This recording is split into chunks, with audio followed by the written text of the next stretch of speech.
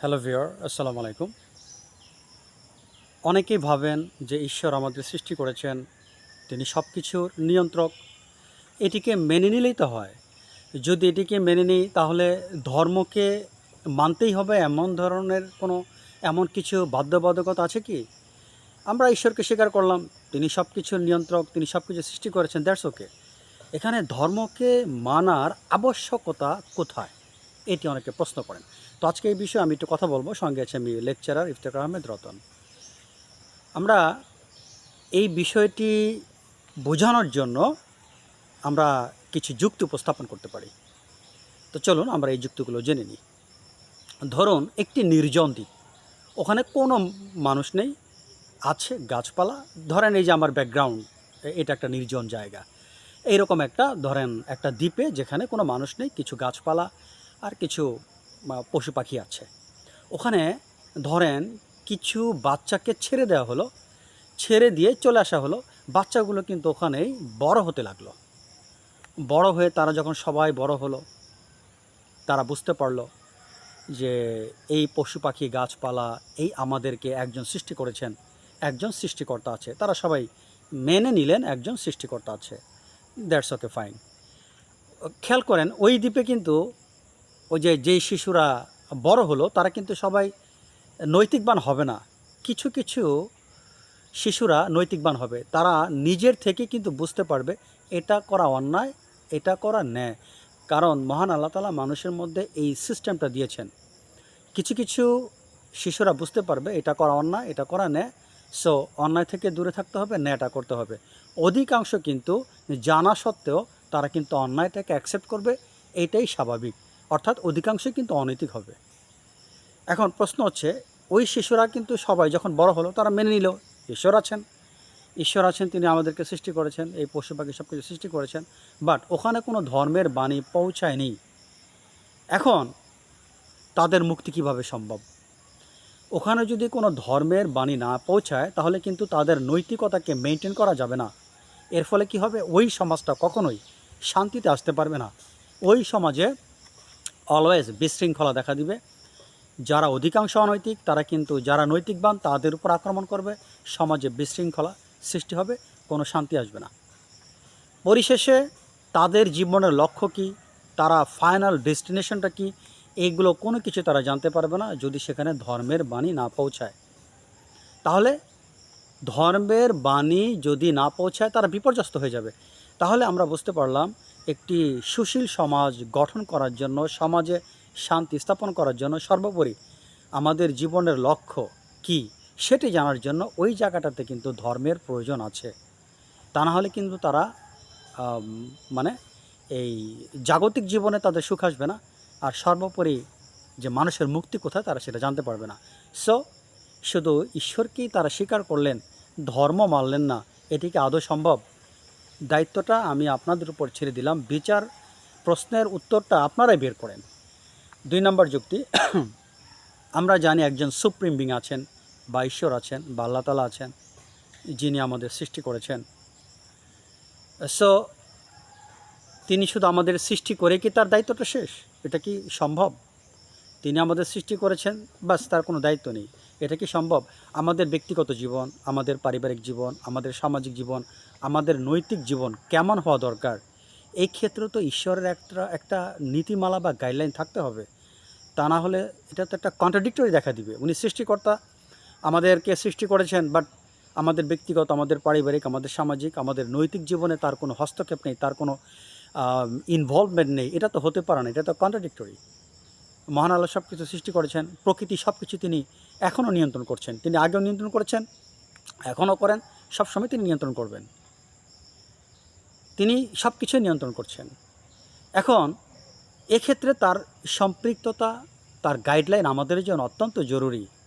যদি তার কোনো সম্পৃক্ততা, তার কোনো গাইডলাইন বলতে এখানে ধর্ম বোঝানো হচ্ছে, যদি তার কোনো সম্পৃক্ততা, তার যদি কোনো গাইডলাইন না থাকে তাহলে তো সমাজে একটা বিশৃঙ্খলা দেখা দিবে। সমাজের মধ্যে তো যে যেভাবে মন চায় সেভাবে তারা জীবনযাপন করবে।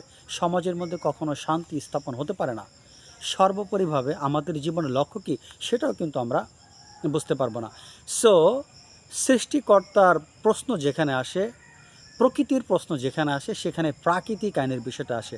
প্রাকৃতিক আইন বলতে আমি কোনটাকে বোঝাচ্ছি, মহান আল্লাহ তাআলা যে আইনটা দিয়েছেন সেটাকে আমি কিন্তু আরেকটা ভিডিও করেছি প্রাকৃতিক আইন নিয়ে।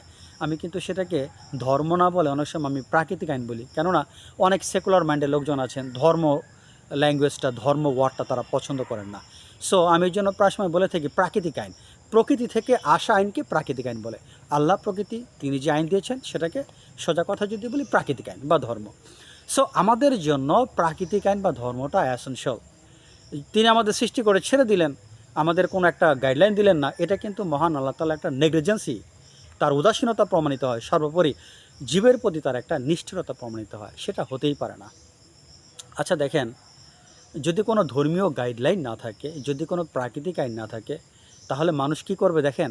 মানুষ কিন্তু সে মুক্তি খুঁজবে স্বাভাবিকভাবে। আপনি দেখেন না, সমাজে অধিকাংশ বলতে কি আমি বলবো 99% লোকই কিন্তু মুক্তি বলতে কোনটাকে বোঝায় জানেন?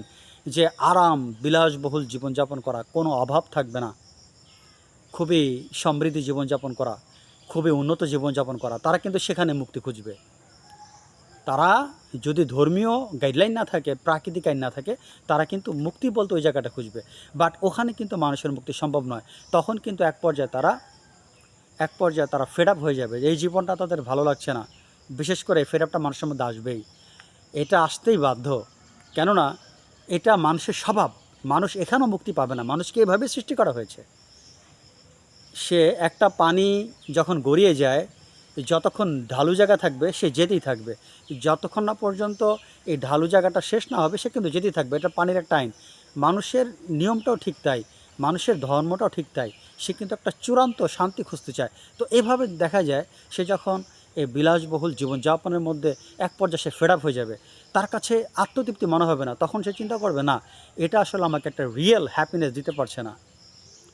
তখন সে নৈতিক জীবনযাপনের দিকে যাবে। নৈতিক জীবনযাপন করতে করতে একসময় তার মনে হবে যে আমার মধ্যে একটা শূন্যতা আছে, আমার মনে একটা অতৃপ্ত আছে। তারপরও যেন আমি একটা অতৃপ্তর মধ্যে বিরাজমান করছি, আমার মধ্যে যেন একটা গ্যাপ কাজ করছে, আমার মধ্যে যেন একটা শূন্যতা কাজ করছে। তখন কিন্তু সর্বোপরি লাস্টে যেয়ে সে কিন্তু ধর্মের প্রতি সে কিন্তু পূর্ণাঙ্গ রূপে আত্মসমর্পণ করে সে নিজের মুক্তির পথ খুঁজতে বাধ্য হয়। এটা মানুষের স্বভাবজাত বিষয়। তাহলে আমরা বুঝতে পারলাম, যেখানেই সৃষ্টিকর্তার বিষয়টা আসবে সেখানে ধর্মের বিষয়টা আসবে। আপনি শুধু সৃষ্টিকর্তাকে নিয়ে চিন্তা করবেন, ধর্ম আপনার চিন্তা করবেন না, তাহলে তো আপনি বিপর্যস্ত হয়ে যাবেন। কেননা আপনার টোটাল নৈতিক জীবনটা কীভাবে পরিচালিত হবে এটা ধর্ম আমাদেরকে শিখিয়ে দেয়। আমাদের অনেক মেন্টালি উইকনেস আছে, আমাদের অনেক মানসিক, আমাদের মনের মধ্যে অনেক রিপু আছে। এগুলোকে পারফেক্টলি নিয়ন্ত্রণ করা অনেক সিস্টেম আছে, যে সিস্টেমগুলো ধর্মের আবশ্যকতা প্রয়োজন। রাষ্ট্রীয় আইন যেটাকে নিয়ন্ত্রণ করতে পারে না। রাষ্ট্রীয় আইন সবার জন্য, কিন্তু কিছু কিছু বিষয় আছে যেগুলো কিন্তু রাষ্ট্রীয় আইনের মধ্যে পড়ে না। যেমন ধরেন, ফর এক্সাম্পল, আপনি ধরেন আপনার মধ্যে লোভ আছে, আপনার মধ্যে হিংসা আছে, এগুলো তো রাষ্ট্রীয় আইন দ্বারা নিয়ন্ত্রণ করা সম্ভব নয়। বাট এইগুলো কিন্তু একটা বড় আকার ধারণ করে। আমাদের জাতীয় পর্যায়ে বলেন, আন্তর্জাতিক পর্যায়ে বলেন, যত সমস্যা আছে তার মূল কারণ কিন্তু যে প্রাইমারি স্টেজ থেকে শুরু হয়, যেগুলোকে আমরা রিপু বলে থাকি। লোভ, ক্ষমতার লোভ, টাকার লোভ, মোহ, হিংসা, বিদ্বেষ, এই বিষয়গুলোই কিন্তু আমাদের পরবর্তীতে এটা জাতীয় পর্যায়ে, এমনকি এটা আন্তর্জাতিক পর্যায়ে কিন্তু একটা বিশাল একটা সমস্যা সৃষ্টি করে থাকে। তাহলে এই সমস্যা সমাধান করতে হলে কিন্তু আমাদের ধর্মের প্রয়োজন। কেননা ধর্ম এই ক্ষেত্রে আপনাকে একটা গাইডলাইন দিবে, যার দরুন আপনি রাষ্ট্রীয়ভাবে এবং আন্তর্জাতিকভাবে একটা সুশীল, একটা ভালো সমাজ পাবেন। এই রিপুগুলো নিয়ন্ত্রণ করার দায়িত্ব কিন্তু কোনো রাষ্ট্রের নয়, রাষ্ট্রটা পারবে না, ধর্মই পারে এইগুলোকে পূর্ণাঙ্গ রূপে নিয়ন্ত্রণ করে। সো আজকের ভিডিওতে প্রিয় ভিউয়ার আমরা বুঝতে পারলাম, ঈশ্বরের ধারণা যেখানেই আছে ধর্ম আমাদের মানতে হবে, আদারওয়াইজ এটা ইম্পসিবল। ছোট পরিসর আজকের ভিডিও এখানে শেষ করছি। সবাই ভালো থাকেন, আল্লাহ হাফেজ।